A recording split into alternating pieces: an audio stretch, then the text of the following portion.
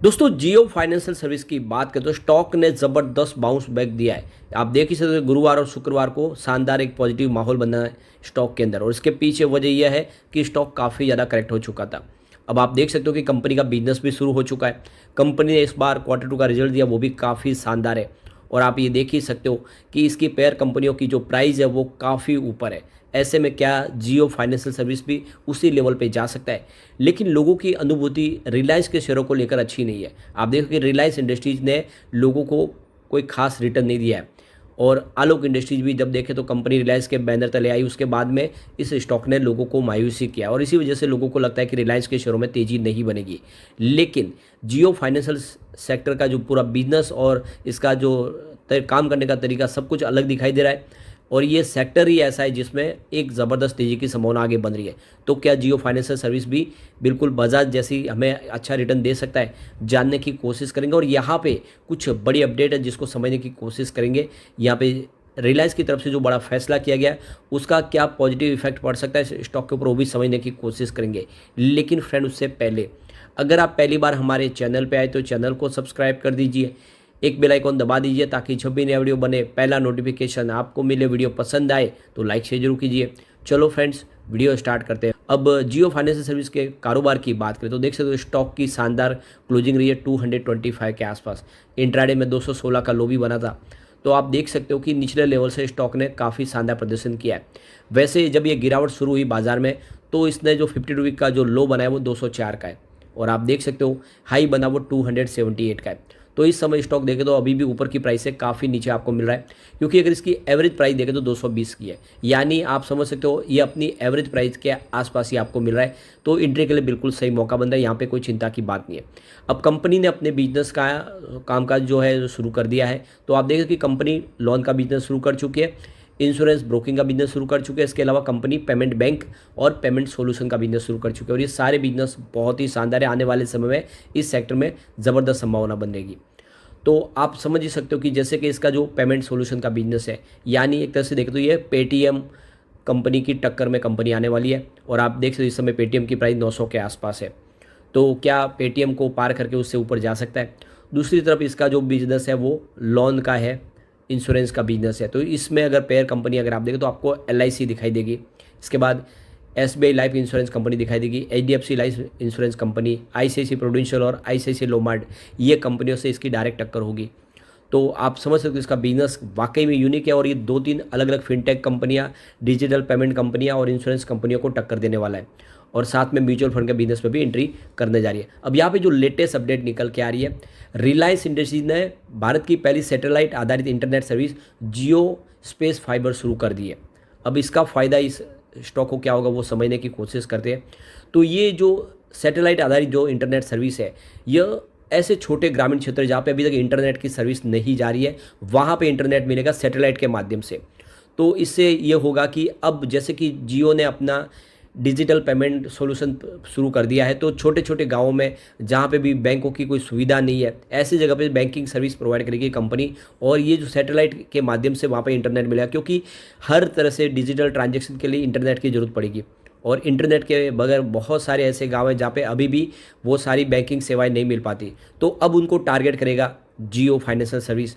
अब उनको ये इंटरनेट सर्विस भी मिल चुकी है, तो सैटेलाइट के माध्यम से ये जो दूर सुदूर गाँवों में जहाँ पे जंगल है या फिर बहुत सारे पहाड़ी क्षेत्र है जहाँ पे आप सैटेलाइट के माध्यम से ही रिलायंस अपनी सेवाएं दे पाएगी, और वहाँ पे अपने बिजनेस को बढ़ा पाएंगे, एक नया कस्टमर बेस खड़ा होगा। आप समझ सकते हो कि ये जो फैसला है ये काफ़ी शानदार है। तो ये पहली इंडिया की सैटेलाइट आधारित गीगा फाइबर सर्विस है, जियो ने इसकी शुरुआत की है, और आप देख सकते हो कि यह काफ़ी फ़ायदेमंद साबित होने वाली है जियो फाइनेंशियल सर्विस के लिए अपने बिजनेस को बढ़ाने में। तो अभी इन्होंने जियो स्पेस फाइबर के तौर पे 4 राज्यों में और 4 दूरस्थ स्थानों पर इसकी सेवाएं शुरू कर दी, जिसमें आप देखें तो गिर गुजरात में, कोरबा छत्तीसगढ़ और नबरंगपुर ओडिशा और ओएनजीसी जोराहाट असम में ये सर्विस शुरू कर दी गई। तो जहाँ पे अभी तक इंटरनेट की सेवाएं नहीं पहुँच पा रही थी वहाँ पर इंटरनेट मिलेगा डायरेक्ट स्पेस से।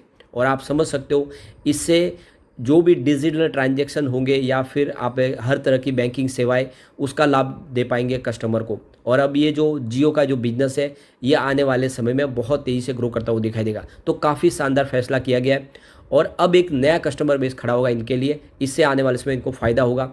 दूसरी बैंक अभी जहाँ नहीं पहुँची वहाँ पे वो बैंकिंग सेवाएं दे पाएंगे। डिजिटल ऑलरेडी आप देखें तो डिजिटल वॉलेट के माध्यम से ये सेवाएं देंगे, जो जियो फाइनेंशियल सर्विस ने अपना डिजिटल वॉलेट लॉन्च किया है। साथ में कंपनी अब अपना डेबिट कार्ड भी लॉन्च करने जा रही है, तो सारी सर्विस मिलेगी। अब ऐसे ग्रामीण क्षेत्र में जहाँ पे अभी तक इंटरनेट नहीं होने की वजह से वो सारी सर्विस नहीं मिल पा रही थी, तो ये बहुत बड़ा एक रिवॉल्यूशनरी फैसला है जिससे आने वाले समय इनका बिजनेस बढ़ेगा। अब यहाँ पे जो सबसे बड़ी बात है कि यहाँ पे प्रमोटर ने अपनी स्टेक बढ़ाई है। प्रमोटर कौन कौन है उसको भी समझने की कोशिश कर लेते हैं। तो यहाँ पे अगर प्रमोटर की बात करें तो आपको इसमें 11.6% की जो होल्डिंग प्रमोटर की दिखाई देगी वो है श्री चक्र कमर्शियल। इसके बाद में 8.6% की होल्डिंग प्रमोटर ग्रुप से देखें तो आपको यहाँ पे देवर्षि कमर्शियल दिखाई देगा। 8.6% की होल्डिंग यहाँ पे करुणा कमर्शियल दिखाई देगा। इसके अलावा 8.6% की होल्डिंग यहाँ पे तत्वम इंटरप्राइजेस। इसके अलावा अगर आप देखें तो यहाँ पे 4.8% की प्रमोटर ग्रुप में जो होल्डिंग है वो है Reliance industries holding private limited. 2% की अगर आप होल्डिंग देखें तो यहाँ पे समरजीत इंटरप्राइजेस दिखाई देगी, ये भी प्रमोटर ग्रुप से। तो ये प्रमोटर ग्रुप से जो 46% की होल्डिंग है ये अलग अलग प्रमोटर ग्रुप के तहत यहाँ पे शेयर होल्डिंग पैटर्न में इनके नाम दिखाई देंगे। प्रमोटर की कंपनियाँ सारी है जिनके माध्यम से इसके शेयर लिए गए हैं। अब एक जो बड़ी होल्डिंग और है वो है गवर्नमेंट ऑफ सिंगापुर की, ये FI की तरफ से होल्डिंग ली है। 2% के आसपास की होल्डिंग है, काफ़ी बड़ी होल्डिंग है। इसके अलावा देखें तो यूरो पैसिफिक ग्रोथ फंड ने भी यहाँ पे 1.6% की होल्डिंग ली हुई है। इसके अलावा JFSL ट्रस्ट बना हुआ है, ये पब्लिक होल्डिंग के तहत 0.8% की होल्डिंग है। और काफ़ी बड़े इन्वेस्टर में अगर आप देखें तो प्रमोटर के बाद यहाँ पे जो सबसे बड़े इन्वेस्टर के तौर पे आपको LIC दिखाई देगा। LIC ने यहाँ पे 6.7% की बड़ी होल्डिंग ली हुई है, काफ़ी बड़ा निवेश है। क्वांट म्यूचुअल फंड की होल्डिंग भी यहाँ पे बड़ी आपको दिखाई देगा, 1.1% की होल्डिंग है। तो क्वांट म्यूचुअल फंड ने भी काफ़ी अच्छा निवेश किया हुआ है। तो ये अलग अलग आपको होल्डिंग दिखाई देगी। अब एक बार हम इसके निगेटिव पॉइंट और पॉजिटिव पॉइंट को भी समझ लेते हैं, जिससे आपको आसानी से समझ में आ जाएगा कि क्या इस समय वाकई में जियो फाइनेंशियल सर्विस में निवेश किया जा सकता है। तो पहला पॉइंट निगेटिव और वो है एनुअल रेवेन्यू, जिसमें 75.66% की गिरावट है, जो 44.84 करोड़ के आसपास है। वैसे इस बार का रिजल्ट बेहतर रहा है, उम्मीद अच्छी है आगे। अब रिजल्ट आगे बेहतर होंगे क्योंकि बिजनेस तो अभी शुरू हुआ है। सेकंड पॉइंट पॉजिटिव और वो है क्वार्टरली रिवेन्यू, जिसमें 4,947% की ज़बरदस्त वृद्धि देखने को मिली है। ईयर ऑन ईयर बेसिस पे 148 करोड़ के आसपास रहा है। तीसरा पॉइंट निगेटिव और वो है एनुअल नेट प्रॉफिट, जिसमें 81% की गिरावट हुई है। लास्ट ईयर 31.25 करोड़ के आसपास था। अगला पॉइंट फिर से पॉजिटिव बन रहा है और वो है क्वार्टरली नेट प्रॉफिट, जिसमें 4,272% की बम्पर बढ़त देखने को मिली है। ईयर ऑन ईयर बेसिस पे 88.76 करोड़ के आसपास रहा है। अगला पॉइंट आपको फिर से निगेटिव दिखा देगा, वो है स्टॉक की प्राइस, जिसमें 14.87% की गिरावट हुई है। तो ये इसके लिए एक निगेटिव पॉइंट बना है। वैसे इसने अच्छी रिकवरी भी दिखाई है। अगला पॉइंट फिर से पॉजिटिव दिखाई देगा और वो है डेट टू इक्विटी रेशियो, जो 0.04 है, लेस देन 1% है। ये इसके लिए एक पॉजिटिव पॉइंट है। अगला पॉइंट निगेटिव और वो है इसका ROE, रिटर्न ऑन इक्विटी, जो 0.17% है, लेस देन 10% है। तो ये इसके लिए एक नेगेटिव पॉइंट बनता है। अगला पॉइंट न्यूट्रल बनेगा और वो है म्यूचुअल फंड की होल्डिंग 4.71% के आसपास है, तो ये एक न्यूट्रल होल्डिंग है। इसके अलावा एक पॉइंट और न्यूट्रल वो है प्रमोटर शेयर होल्डिंग पैटर्न में 46.77% की होल्डिंग है, तो ये पॉइंट न्यूट्रल है और एक अच्छी तरह से इसको हम पॉजिटिव समझ सकते हैं। अगला पॉइंट और पॉजिटिव और वो है प्रमोटर प्लेज 0 शेयर, यानी कोई भी शेयर प्रमोटर के इस समय गिरवी नहीं है, पूरी तरह से फ्री है। तो यहाँ पे अगर आप कुल देखें निगेटिव पॉइंट की बात करें तो यहाँ पे आपको निगेटिव पॉइंट टोटल 4 दिखाई देंगे। अगर हम बात करें पॉजिटिव पॉइंट की तो पॉजिटिव पॉइंट भी आपको यहाँ पे 4 ही दिखाई देंगे और इसके अलावा आपको यहाँ पे 2 न्यूट्रल पॉइंट दिखाई देंगे। इसका मतलब ये है कि इसकी फाइनेंशियल सेहत काफ़ी अच्छी है और आने वाले समय आपको बेहतर रिटर्न दे सकता है। अब यहाँ पे इसके रिजल्ट को भी देखें तो बेहतर हुआ है। इस बिजनेस शुरू होने के पहले भी देखें तो रिजल्ट बेहतर है। जून 2023 में जहाँ पे 414 करोड़ का रेवेन्यू था, वो सितंबर 2023 में बढ़ के 608 करोड़ तक पहुँच गया है। इसके अलावा अगर हम प्रॉफिट की बात करें, जून 2023 में 332 करोड़ के आसपास था, वो सितंबर 2023 में बढ़ के 668 करोड़ तक पहुँच गया, लगभग डबल हो चुका है। अब एक बार हम इसके पिवट लेवल को भी चेक कर लेते हैं। तो यहाँ से अगर गिरावट होती है तो 217 का फर्स्ट सपोर्ट है, ये टूटा तो आपको 212 तक स्टॉक जाता हुआ दिखाई देगा। बड़ी गिरावट हो तो फिर 208 तक जाने की संभावना। अब इसके रेजिस्टेंस देख लेते हैं। तो पॉजिटिव माहौल में 226 का फर्स्ट रेजिस्टेंस है, इसको पार किया तो स्टॉक आपको 230 तक जाता हुआ दिखाई देगा और 230 एक बार हो गया तो फिर आगे जाके तीसरा रेजिस्टेंस 235 का, यानी 235 तक स्टॉक जा सकता है। वैसे इसका पिवट 221 का, यानी इसकी फेयर वैल्यू है। तो स्टॉक इस समय आप खरीदारी के लिए काफ़ी अच्छा लग रहा है। अगर आप लॉन्ग टर्म इन्वेस्टर है तो बिल्कुल इस समय आप जियो फाइनेंशियल सर्विस में निवेश कीजिए। इसकी पेयर कंपनियों की प्राइस 4 डिजिट में है, यह भी आने वाले समय 4 डिजिट में जाएगा।